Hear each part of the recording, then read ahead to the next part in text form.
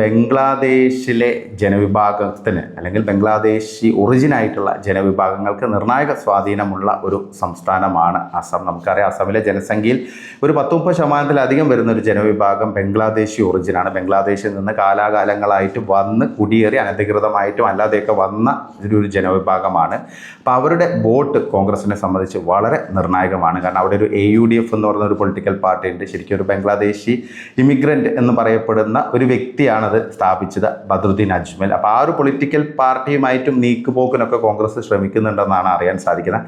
ഏത് വിധേനയും BJP അധികാരത്തിൽ നിന്ന് പുറത്താക്കി അധികാരത്തിൽ തിരിച്ചെത്തുക എന്നുള്ളതാണ് അസമിൽ കോൺഗ്രസിൻ്റെ പ്രധാന ലക്ഷ്യം. അപ്പോൾ ആ രീതിയിൽ ബംഗ്ലാദേശിനെതിരെ എന്തെങ്കിലും പറയുകയാണെങ്കിൽ, ബംഗ്ലാദേശിലെ ജമാഅത്ത് ഇസ്ലാമിക്കെതിരെയോ അല്ലെങ്കിൽ മുഹമ്മദ് യൂനസിനെതിരെയോ അല്ലെങ്കിൽ മറ്റേതെങ്കിലും പൊളിറ്റിക്കൽ പാർട്ടികൾക്കെതിരെയോ എന്തെങ്കിലും പറയുകയാണെങ്കിൽ അത് തങ്ങൾക്ക് തിരിച്ചടിയാകുമെന്നുള്ള ഒരൊറ്റ കാരണത്താലാണ് ആ ഒരു വിഷയത്തിൽ കോൺഗ്രസ് പാർട്ടിയുടെ 2 പ്രമുഖ നേതാക്കൾ മൗനം പാലിച്ചിരിക്കുന്നത്. വേഗം രക്ഷപ്പെട്ടതെന്ന് പറയേണ്ടി വരും.